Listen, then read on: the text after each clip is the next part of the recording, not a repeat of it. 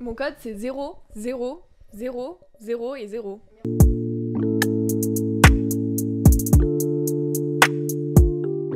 Bonjour, bienvenue dans ce deuxième épisode de En roue libre, qui sera donc avec Thomas.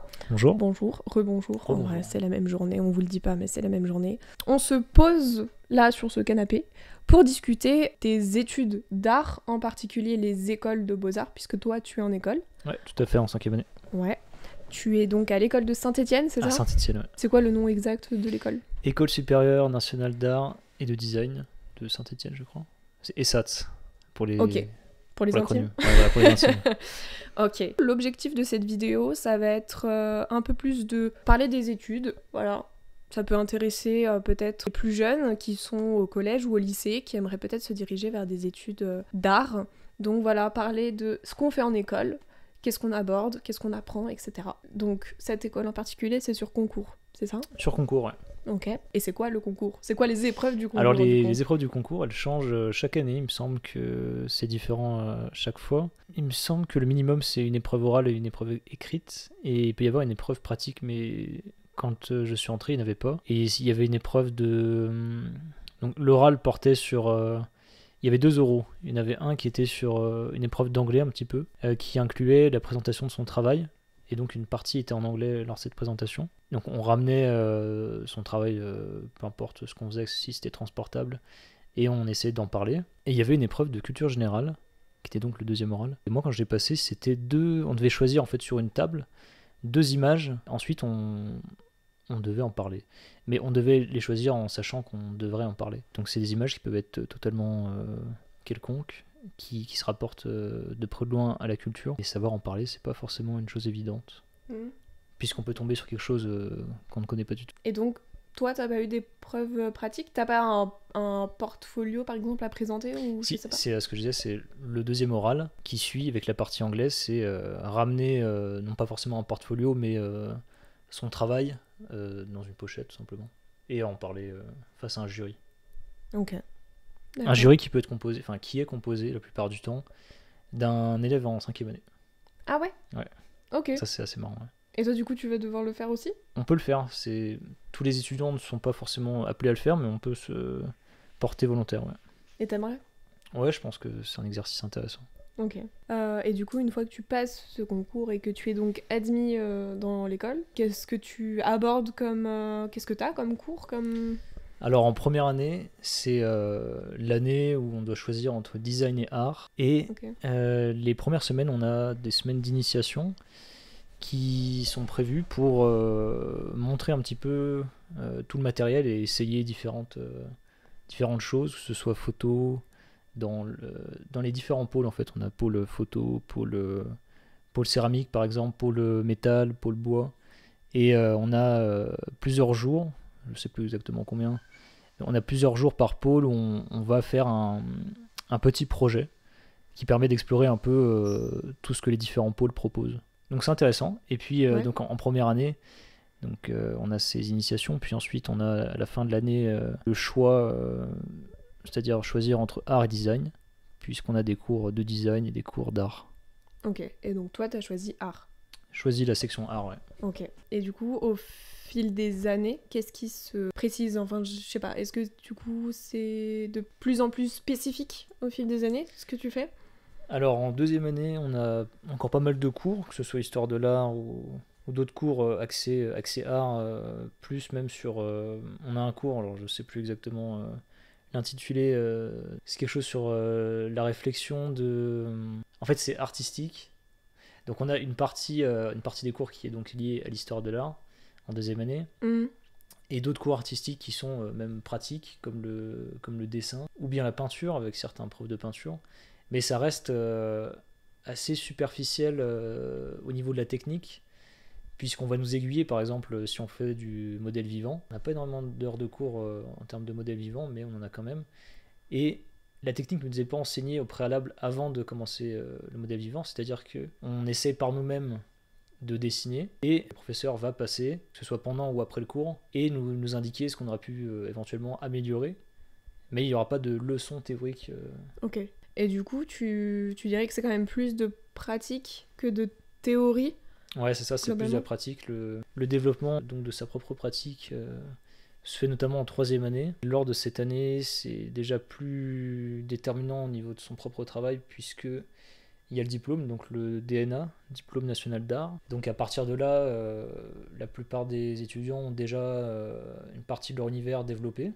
Il y a déjà quelque chose qui en ressort, quelque chose d'assez cohérent, on va dire. Mais en troisième année, ouais. Puis ensuite, en quatrième année, après le diplôme, c'est surtout une année, on va dire, libre, puisque c'est l'année de l'Erasmus.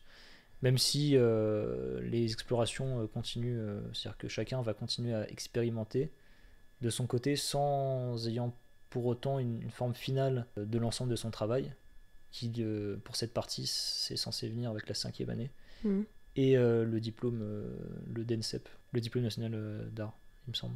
Okay. C'est un peu exactement. Donc en cinquième année, c'est l'aboutissement de toutes ces différentes étapes. Et du coup, dans ce qu'on a tourné juste avant, tu disais qu'il y avait des rendez-vous personnalisés. Ouais, en fait, tout à fait. C'est des rendez-vous individuels qui ont pour but d'aiguiller, par exemple, un projet. C'est-à-dire que si tu as un projet à présenter, un projet sur lequel tu es en train de travailler, de manière personnelle, c'est pas forcément un projet lié à un cours, mais ça peut l'être. Tu peux prendre rendez-vous avec un prof qui vont t'aiguiller sans te donner une liste de choses à faire. Ils vont t'aiguiller plutôt vers des références ou des choses qui seraient intéressantes pour toi d'explorer. Je ne vais pas préciser, mais à la fin de chaque année, excepté les années diplômantes, on a ce qu'on appelle des bilans, qui sont des présentations de ton travail.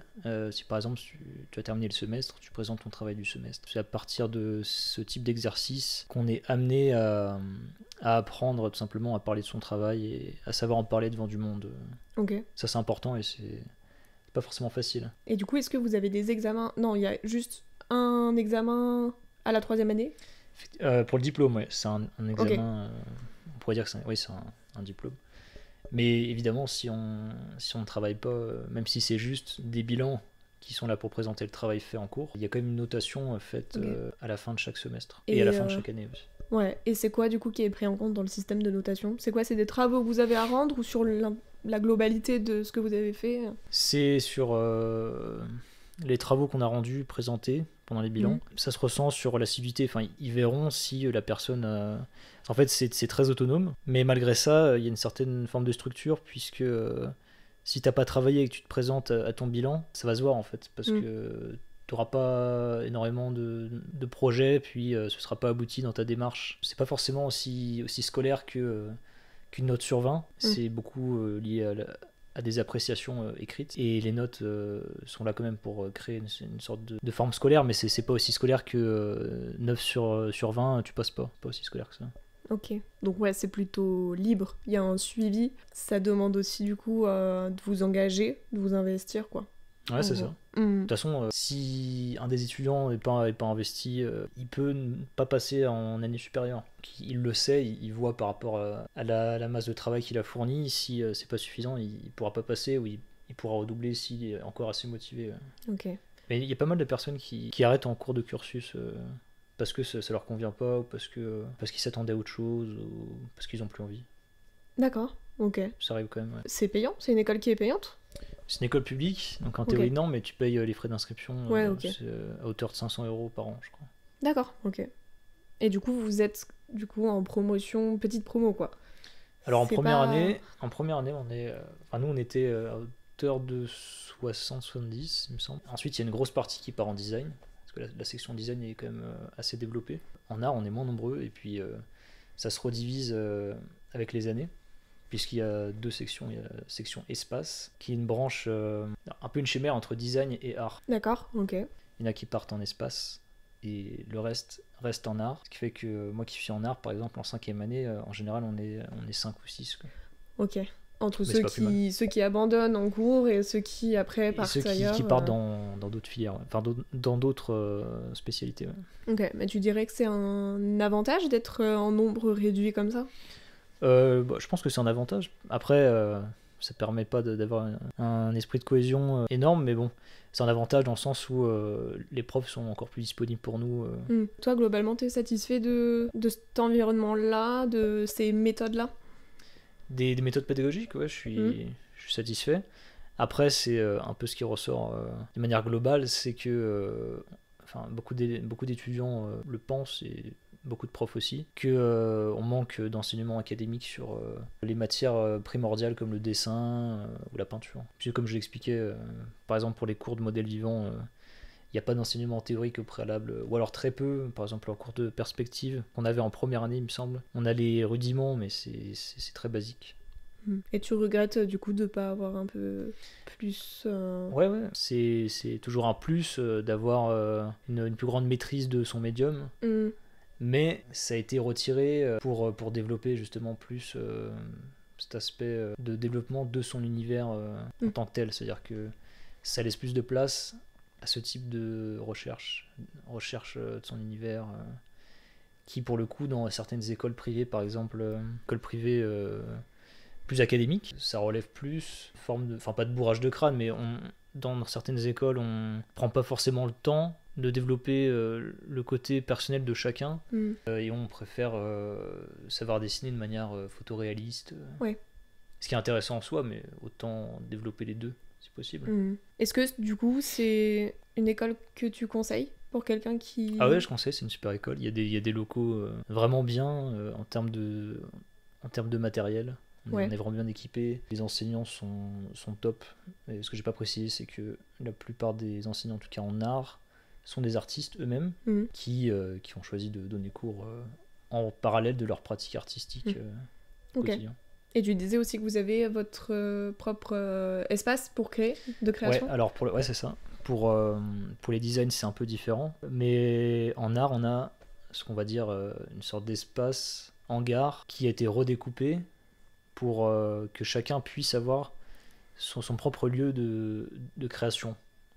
On a chacun choisi un espace, on y travaille tous les jours quand on n'a pas cours en fait. Et ça c'est Non, c'est pas dès la première année. Alors ça c'est dès la deuxième année, il me semble. Et si tu n'avais pas été dans cette école, est-ce que tu aurais quand même peint? Est-ce que tu aurais quand même dessiné, etc. Ouais. Ouais, j'aurais quand même une pratique artistique, enfin j'aurais continué ce que j'avais déjà commencé, mais ce serait pas arrivé à ce que je fais aujourd'hui, c'est-à-dire que si j'avais eu le choix, j'aurais choisi ce que j'ai fait, puisque j'aurais clairement pas eu l'occasion d'avoir des retours sur mon travail qui me permettent de l'améliorer et déguiser, on va dire, mon sens du regard artistique, enfin aiguiser mon regard artistique vis-à-vis de mon propre travail. Donc ça a été plus que bénéfique et c'est ce pourquoi je continue. Moi dans une vidéo, je dis que je regrette de pas avoir été en école, etc. Et toi tu m'as dit bah non, faut pas regretter. C'est ça, globalement. Alors tu peux me reciter, je me souviens plus. Mais je sais plus non plus. C'était toi, Omblin, qui avait eu la conversation avec lui où il a dit tu dirais à Joanne que... C'était pour les cours techniques, qu'il n'y en avait pas tellement que ça. Ah. Oui, c'est-à-dire que toi tu disais que tu aurais aimé y aller pour cette raison, sauf que cette raison n'existe pas. Donc, du coup, tu n'aurais pas forcément aimé d'y aller puisque ça n'a pas lieu. Ouais, mais tu vois, de tout ce que tu me dis de ton école là, bah ça me fait quand même regretter de pas avoir c'est encore autre chose. de pas avoir essayé, de pas avoir tenté et de pas y être du coup.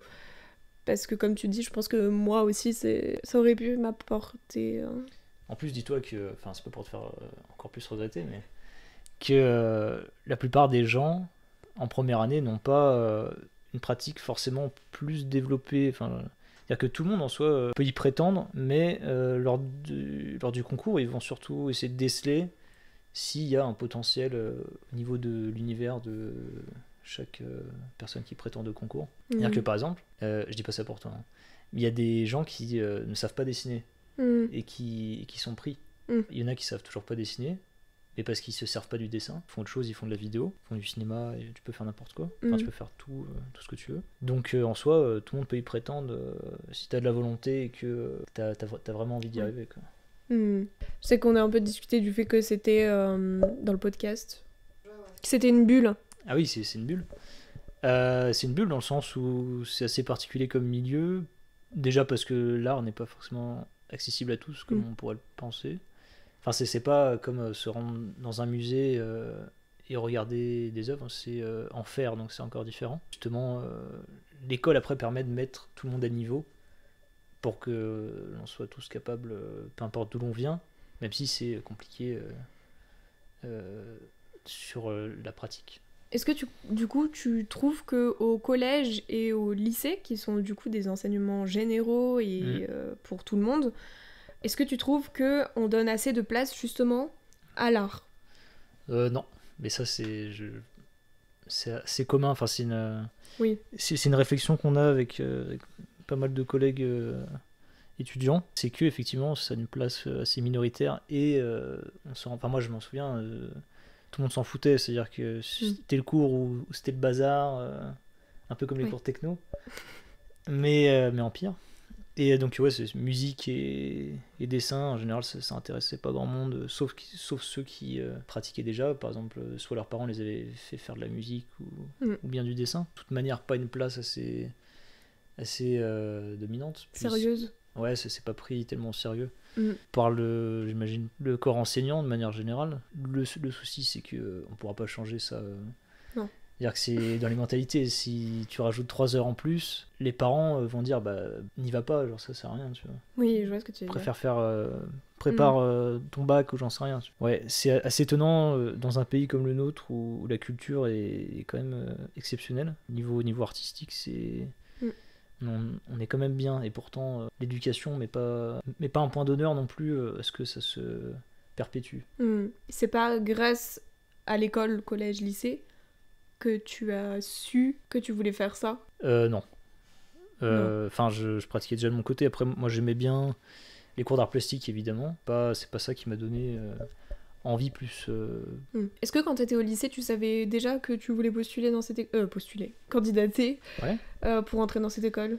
Quand j'étais en terminale, c'était la seule motivation que j'avais pour passer le bac, puisqu'il faut le bac, en théorie. Et du coup, est-ce que tu en parlais à tes professeurs ? Parce que moi, je me souviens que quand tu es en terminale, tu as beaucoup de rendez-vous orientation, tu vois. Qu'est-ce que tu voudras faire post-bac ? C'est vrai, ça. Et t'as eu ce genre de rendez-vous, toi, ou pas ? Ouais, moi j'ai eu plein de types de rendez-vous d'orientation parce que je savais pas trop vers où me diriger. Et on te disait quoi du coup quand tu disais que tu voulais faire une école d'art ? On t'encourageait ou... Ouais, les profs trouvaient ça bien, après j'imagine que je suis pas sûr que ce soit très courant, donc ils devaient trouver ça original. Mais non, mais de tous les retours que j'avais eu, les profs étaient assez encourageants. Enfin justement ils me disaient, tu vois, parce que moi je ne travaillais plus trop à la fin du lycée. Et donc c'était un argument pour eux, pour que je me remette au travail, et ça fonctionnait, donc tant mieux. Concernant parce que tu me demandais un peu comment ça fonctionnait plus en détail, les pôles que l'on peut utiliser à l'école, ça varie déjà d'une école à une autre. Donc si quelqu'un est intéressé par ce milieu et qui souhaiterait candidater pour une école type Beaux-Arts, c'est intéressant de se renseigner et de faire des portes ouvertes pour voir les pôles techniques qui sont dans l'école où tu aimerais aller. Puisque il y a plein d'écoles où il n'y a pas grand-chose, et il y en a... Enfin, pas grand-chose, ce serait diminutif de dire ça, mais il y en a où il y en a beaucoup plus. Par exemple, dans l'école où je suis à Saint-Étienne, on a pôle photo, donc c'est un pôle développement argentique, un laboratoire tout simplement, avec plusieurs chambres de tirage. On a pôle vidéo, on a des studios pour faire de la photo, on a un pôle céramique, donc avec des fours, avec tout le matériel qu'il faut pour émailler. On a un pôle bois, avec du matériel, c'est vraiment... Bois, genre ébénisterie ? Alors ébénisterie, je sais pas ce que ça regroupe précisément, mais tout ce qui concerne le bois. Tour à bois, toutes les sortes d'outils. Pôle métal, faire de la soudure. Moi personnellement je fais aussi de la sculpture, donc ça m'intéresse beaucoup le métal. Et sachant que c'est quelque chose dont on a assez peu l'occasion de pratiquer. Enfin moi par exemple, je sais que j'aurais pas forcément eu l'occasion de faire de la soudure ou quoi, si j'avais choisi autre chose comme parcours. Ou même après, ça me permet moi-même plus tard de pouvoir faire tout avec. Enfin je pourrais réparer... n'importe quoi chez moi si j'ai un poste à souder. Pour des questions pratiques. Ouais, aussi, bien sûr. Non, c'est vrai. On a quoi d'autre comme pôle ? On a un pôle édition, donc tout ce qui est sérigraphie, gravure, tout ce qui est en lien avec l'édition, donc impression. Donc voilà. Elle a l'air formidable, cette école. Elle est bien, ouais. Vraiment, ça donne envie. Est-ce que tu peux nous faire un inventaire des différents cours que tu as ? Ça varie beaucoup en fonction de l'année où tu es déjà. Plus tu montes en année, moins tu as de cours théoriques, plus tu as de rendez-vous individuels. Donc par exemple, une journée type en deuxième année, ce serait lundi matin, ce serait cours de modèle vivant. Ouais. L'après-midi, ça pourrait très bien être libre. En général, quand c'est libre, en profiter pour ses travaux personnels dans les espaces dédiés, dans ton espace perso, ou en atelier dans les différents pôles que j'ai pu évoquer. Le mardi, ça peut très bien être histoire de l'art. Après-midi, avec un trou, la matinée, pour que, encore une fois, tu travailles. Enfin, c'est fractionné comme ça, c'est Ok. avec pas mal de demi-journées de libre. Pour justement permettre Ouais, l'avancée des projets. Ok, c'est top. Ouais, plutôt, ouais. Ça donne envie. Eh ben merci Thomas, encore rien. une fois, d'avoir été là, d'avoir Merci témoigné. On espère pareil que ce format vous a plu. Si jamais vous avez des questions qu'on n'a pas posées, que je n'ai pas posées, n'hésitez pas à les mettre dans les commentaires. Comme ça on pourra revenir vers Thomas et vous y répondre à ces questions sous un autre format peut-être. En tout cas voilà, sachez que c'est possible. N'hésitez pas à poser vos questions, n'hésitez pas non plus à nous suivre sur les réseaux sociaux, également sur Spotify et sur YouTube. Voilà. Merci. Au revoir. Bye.